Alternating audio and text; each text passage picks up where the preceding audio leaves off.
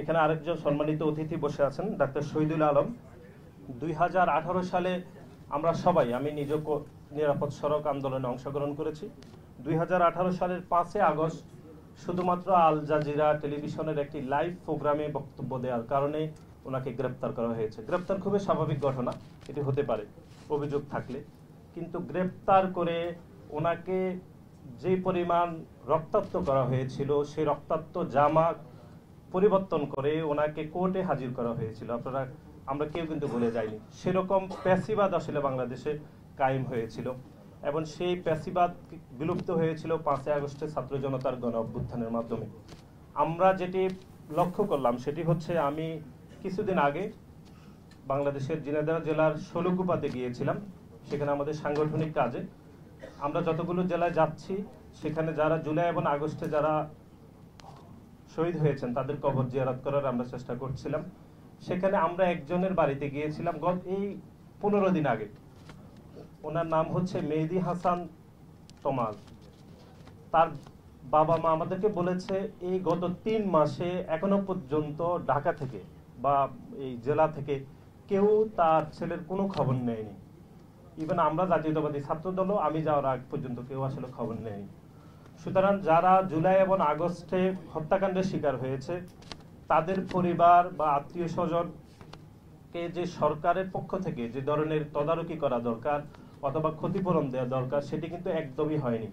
এবং বিশেষ করে জুলাই এবং আগস্টে যারা গুরুতর আহত হয়েছে, বিশেষ করে যারা চোখের সমস্যা হয়েছে, তাদের চিকিৎসা বাংলাদেশে একদমই হচ্ছে না। এই যে অন্তর্বর্তীকালীন সরকার এখন রাষ্ট্র ক্ষমতায় রয়েছে, আমরা তাদের প্রতি আবেদন জানাচ্ছি যারা আহত হয়েছেন, বিশেষ করে চোখের যাদের সমস্যা হয়েছে তাদেরকে দ্রুত চিকিৎসা দেওয়ার জন্য আমরা জোর দাবি জানাচ্ছি।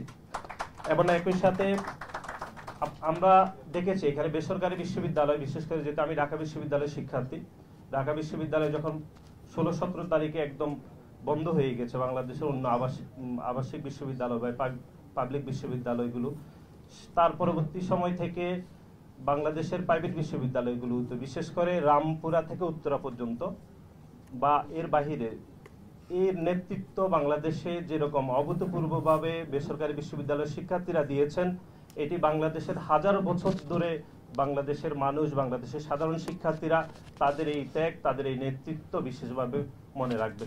এবং আমরা মনে করছি ভবিষ্যতে যদি প্যাসিবাদ কায়েম হয় অথবা ভবিষ্যতে বাংলাদেশের যে কোনো প্রয়োজনে বাংলাদেশের বেসরকারি বিশ্ববিদ্যালয়ের শিক্ষার্থীরা অতীতের মতো আবারও প্যাসিবাদ যদি কায়েম হয় তাদেরকে বিলুপ্ত করার জন্য অনবদ্য ভূমিকা রাখবেন।